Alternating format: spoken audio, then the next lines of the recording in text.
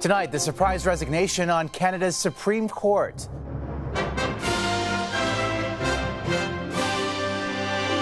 Justice Russell Brown steps down. Obviously, a decision that he took, and beyond that, we'll reflect on it. And how that stops a review into his alleged actions at an Arizona hotel. He told us he was a Supreme Court justice.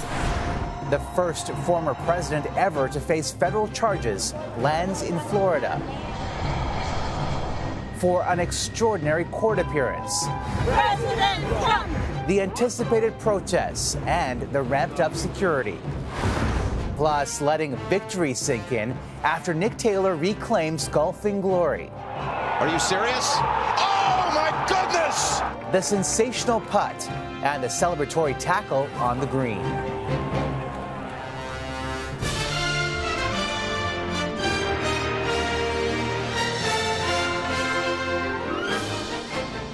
CTV National News with Omar Sachedina.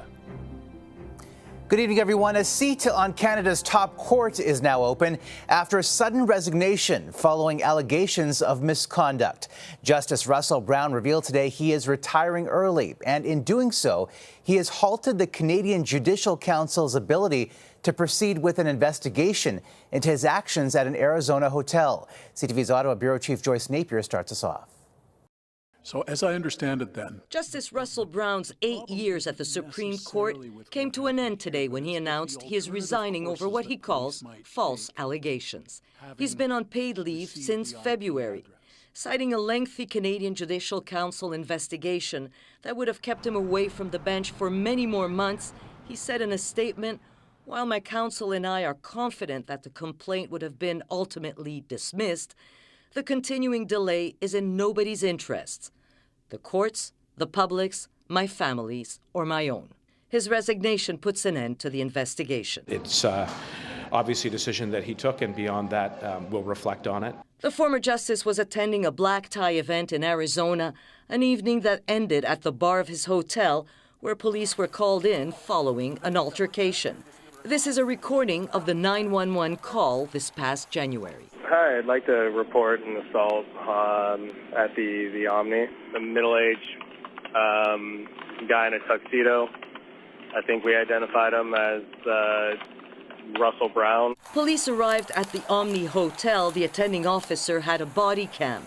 He spoke to guests who said Brown was invited by a few women to sit at their table.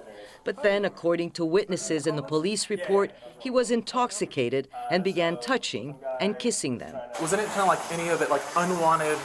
Oh, it's definitely unwanted. Touching, like he physically. Yeah. I felt like he was coming on to me even though he was touching her. Brown denies all this, saying it was one of the male patrons who had been drinking who punched him. You punched him, he didn't punch you. But he's going after the girls I'm with. No charges were laid that evening, but the following day, the complaint went to the Judicial Council. Brown's departure won't affect cases before the Supreme Court. But in a statement today, the Chief Justice invited the Prime Minister to begin the process to replace Brown as soon as possible. Omar? All right, Joyce, thank you for this tonight. A historic legal case is about to get underway in the United States. Donald Trump's jet touched down in Florida today, where he'll appear in court tomorrow on how he handled top-secret documents. It's the first time a former U.S. president has faced federal charges. CTV's Washington Bureau Chief Joy Malbin is at the courthouse in Miami tonight. Joy, what kind of preparations are you seeing for the protests and demonstrations that are expected tomorrow? Well, Omar, we're seeing more of a police presence tonight, sniffer dogs and patrols, that sort of thing, because of concerns about growing violence when Donald Trump surrenders here at the federal court. Now, he's encouraging supporters to come here and protest peacefully, but officials are tracking online threats of violence, including a possible gathering of the local Miami chapter of the Proud Boy extremist groups. But unlike when we were in New York for Trump's court appearance in that hush money scheme, there are no steel barricades around. There's just a lot of yellow tape. Still, Miami's police chief is confident they can handle it. Take a listen. We're taking this event extremely serious.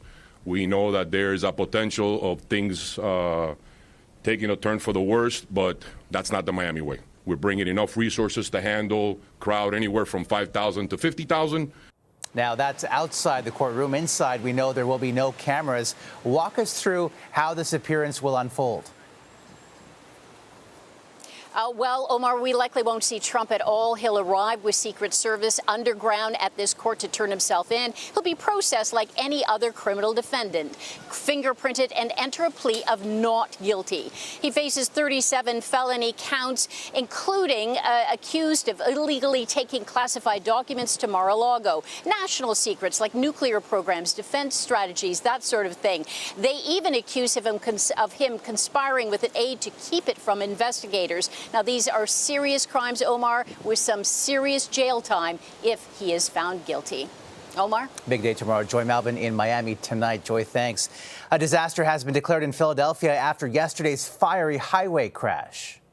Today, a body was recovered from under the destroyed overpass. Family members have identified the remains as belonging to Nathaniel Moody, the driver of the fuel tanker truck believed to be holding thousands of liters of gasoline. The tractor and trailer was trying to navigate the curve, lost control of the vehicle, landed on its side, and ruptured the tank and ignited the fire. I-95 is a major highway that runs along the U.S. East Coast from Florida to Maine. There are warnings the supply chain could be disrupted during repairs, which could take months. Gusty winds and heat are fueling the flames in Western Canada as more than 450 wildfires burn across the country. Evacuees from Edson, Alberta, found out today they won't be returning home midweek as expected after fire jumped a guard and burned part of the town's park. And more evacuations today in BC's Peace River region as the out-of-control Donny Creek wildfire grows to 1.5 times the size of Vancouver. Fires are still raging in other parts of the country as well. But as CTV's Vanessa Lee reports, experts say the best way to fight fires is to start battling them long before they start raging. Home sweet home for thousands in this northern Quebec community. Forced to flee nearly a week ago, their town was spared from the flames. I couldn't wait to see if my house was okay, not just safe from fire, but vandalism too. Quebec is making progress in its battle against a record wildfire season, with help from as far away as Portugal and Mexico. This is our first time fighting fires for a while. Good. In addition to troops with the Canadian Armed Forces.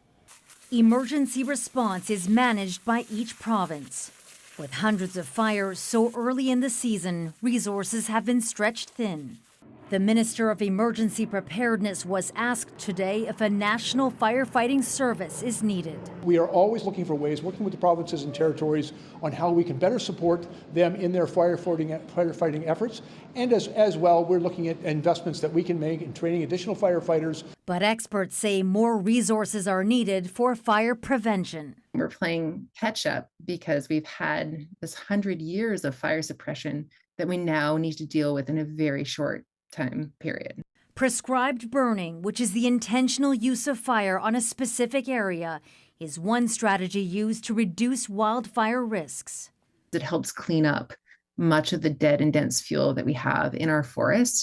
Any action comes too late for Andrew Vey, desperate to recover anything from the home he shared with his wife and 2 children outside of Halifax. Remarkably, he found some of his Navy medals. They're burnt up, but there's something. I thought maybe if I could take one small thing away at least for each person, if I could find something, then, maybe put it in the next house. Here in Quebec, it's hoped rain over the next couple of days will bring much needed relief. There are still around 4,000 evacuees waiting to go home. Omar. All right, Vanessa, thank you. A daughter desperately seeking answers after her mother vanished finally got some today. Police arrested a suspect in connection with Patricia Ferguson's disappearance, cracking a cold case that has remained unsolved for almost 27 years. Here's CTV's Quebec Bureau Chief Geneviève Beauchemin. Finally, there may be answers for those Patricia Ferguson, a young mother, left behind more than a quarter of a century ago. It's a relief because all my life I thought that my mom just abandoned me. Sabrina Ferguson was less than a year old when her mother left her at her friend's house in 1996. Ferguson's disappearance didn't make headlines. No one seemed to know what happened. But now police allege she was killed. They arrested a man named Serge Odette. He's been charged with manslaughter. This could be the latest break in a series of cold cases. I received a phone call. Last month, investigators south of Montreal solved the rape and murder of Sharon Pryor, killed by Franklin Mayhood Romine nearly 50 years ago. This man is recently deceased. In February, police in Windsor, Ontario finally named a suspect, Frank Arthur Hall, in the 1971 disappearance, rape and murder of a little girl, 6-year-old Lubitsa Topek. And in the fall, a suspect was arrested in the 1983 Toronto killings of Susan Tice and Aaron Gilmore. Advances in forensic biology, DNA technology, and genealogy have helped police crack some of those cases. But in the Ferguson file, it took a public push for the police to provide answers that began with a private investigator for a missing persons group intrigued so little was known about the disappearance. It's not that she did not want to return to see her daughter, says Marie Saint-Germain. We believe it's that she could not. The legal process is just beginning, and none of the allegations have been proven in court. Ferguson's daughter says she just wants justice for the mother she never had a chance to get to know. For many years, I didn't know that she loved me, so I could not allow myself to love her. Ferguson's body has never been found. Her daughter hopes that one day she can give her a proper burial. Geneviève Beauchemin, CTV News, Montreal. The search for survivors in Ukraine's flood zone continues a week after the disastrous dam collapse. Video released today shows police rescuing seniors trapped in their flooded homes in Kherson. At least 10 people have died. And on the southeastern battlefront, Ukraine says it has recaptured 7 villages so far in the early stages of its counteroffensive against Russia. A former world leader who called Vladimir Putin a friend will receive a state funeral in Italy. Silvio Berlusconi was once that country's richest man and one of its most successful politicians. He died in Milan, where he was undergoing treatments for chronic leukemia. CTV's Danielle Hamamjian on a life of power and of scandal. È morto Silvio Berlusconi.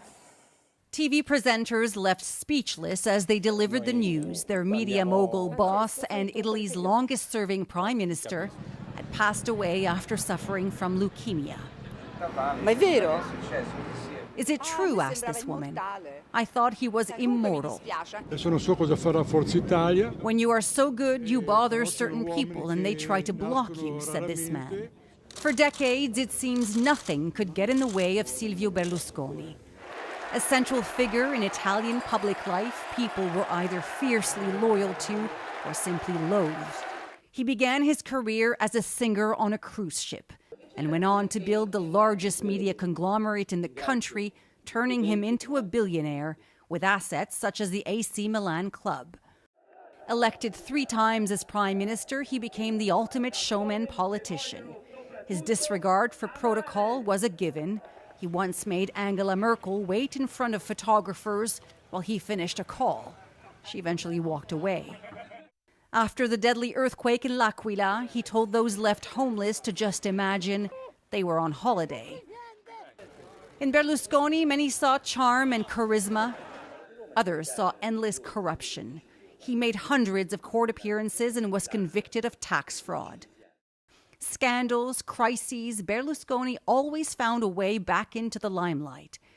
But it was allegations of sex-fueled so-called bunga-bunga parties with underage women that tarnished his reputation and led to charges. He was acquitted on appeal. Ciao Silvio.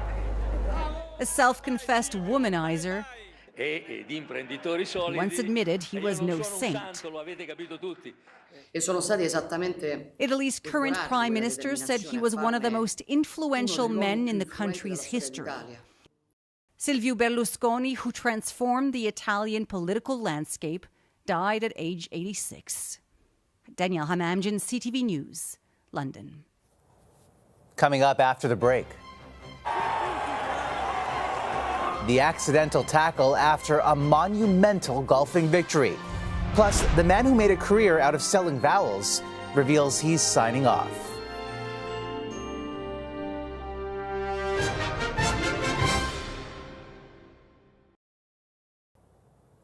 Reaction is pouring in across the golfing world after a riveting Canadian triumph in Toronto. Nick Taylor's historic putt ended a decades-long drought and came right in the nick of time. Here's CTV's Adrian Gobriel. 72 feet to glory. Good pace. Are you serious? Oh my goodness! Glorious and free! On a rain-soaked 18th green, 69 years of national disappointment washed away with one deft stroke of a putter. We're storming the 18th green now. On the fourth playoff hole, 35-year-old Nick Taylor, raised in Abbotsford, BC, drained the longest putt of his PGA career, rolling straight into Canadian sports history. This is the most incredible feeling ever. As the ball collapsed into the cup, a nation in waiting rose to their feet, many, including Taylor, simply in disbelief. There's a lot of luck for that to go in the hole. And plenty of skill. The Hail Mary putt had to travel up a challenging ridge, fitting for a victory that has been a painstaking climb, nearly 7 decades in the making. I did have a few tears in my eyes when he made that putt because it was so unexpected and it was a letting go of all that tension. Few know more about the quest and the curse of trying to win this Open on home soil than writer and Canadian Golf Hall of Fame inductee Lauren Rubenstein. This will be one of those where was I moments in Canadian sports. In part because many fans simply weren't alive when the last Canadian, Pat Fletcher, won our country's Open in 1954. Pat Fletcher's son, Ted, texted me and he was congratulating Nick Taylor and saying, I'm sure it'll be just as much a thrill for him. I blacked out when that ball went in with Dave. A celebration complete with a putter toss now takes its rightful place, enshrined as a Canadian sports heritage moment.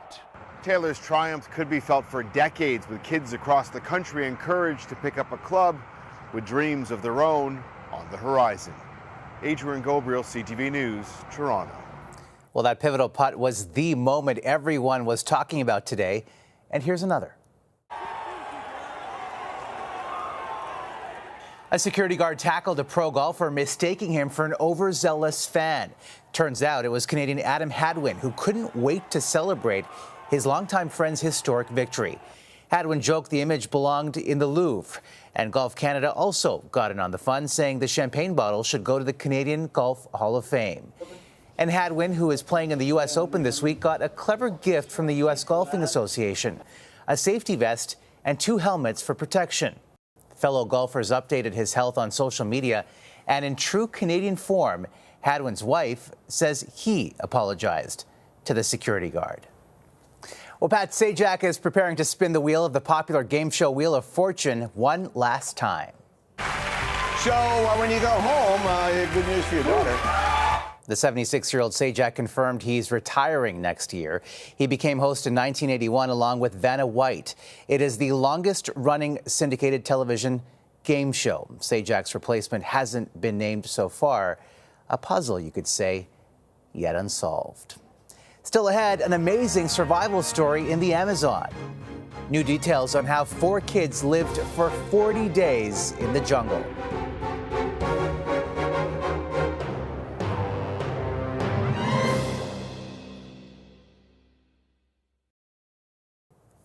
Incredible new details tonight about how 4 children survived for more than a month in the Amazon after the small plane they were on crashed in the jungle. Here's CTV's Heather Wright. First, they survived a deadly plane crash, then spent 40 days in the Amazon jungle. New video showing the moment 4 young children were rescued. The siblings were emaciated but alive. On May 1st, a Cessna carrying 3 adults and the 4 children crashed in the Colombian jungle. The pilot and another adult were killed, but the children say their mother lived for 4 days. Before she died, their mom told them something like, "You guys get out of here," the father of 2 of the children says. All 4 kids are Indigenous, and their family says traditional teachings help them survive in a jungle full of snakes, mosquitoes, and other animals. Their grandmother says the eldest, 13-year-old Leslie, had always taken care of her siblings, aged 9, 4, and just 11 months. They found cassava flour from the wreckage and foraged for fruit and seeds, knowing which were safe to eat. 150 soldiers searched the jungle for weeks, along with dozens of volunteers from nearby Indigenous tribes. They eventually found the crash site, but the kids were gone. Footprints, a sippy cup, and little shoes helped lead rescuers to the children, and on Friday they were pulled to safety by ropes. The jungle too dense for a helicopter to land. The commander who helped find the kids has been named the baby's godfather. That is true, and that is an honor for me to be a good father. I just only have one kid, but for me, I have in this moment two. The children will spend several weeks in hospital. They speak little and are weak, but officials say some of the children have started playing again, a hopeful sign of recovery after 40 harrowing days in the jungle. Heather Wright, CTV News, Toronto. That's amazing. After the break, I have a role model right here at home. Paying tribute to a Canadian boxing legend.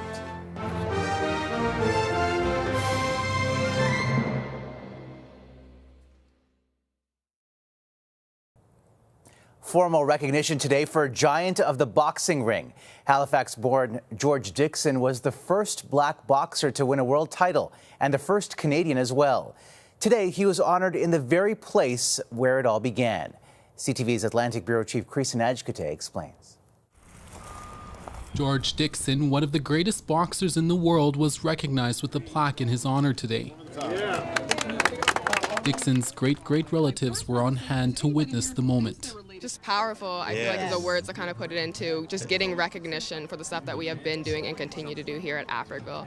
Add this achievement to the recreation center named after him in Halifax. Around here, Dixon is a household name that encapsulates black greatness. I was always reaching out for other role models, but then when I started finding out about George Dixon, it's like, you know what, I have a role model right here at home. Born in Halifax's black community of Africville in 1870, Dixon quickly shot up the ranks, pursuing a professional boxing career in Boston at only 16 years old. He was only 87 pounds, short and lightweight, but renowned for his speed, stamina, and defense. They said it is heaviest, maybe 115, maybe. So, not a big guy at all, but obviously, being able to punch definitely above his weight. He became known as the founder of shadowboxing, the first man to win 3 world titles, and the first black man and Canadian to win a world boxing championship. Out of the ring, he endured years of racism and still fought to secure free tickets for the black community at his fights. Here's a small guy from Africville, a community that most people don't even know existed, that was here at a time when black people had very few freedoms in this world, and yet he was able to be the best of his sport in the world. Dixon died at only 37 years old in 1908 in New York City, but left behind a boxing legacy many have strived for. It's the little guys that always do these big, gigantic things. A boxing legend still being celebrated more than a century later. Kristen Ajkate, CTV News, Halifax. A trailblazer. And that's a snapshot of this Monday. For all of us at CTV National News, thank you for watching. Good night, and see you tomorrow.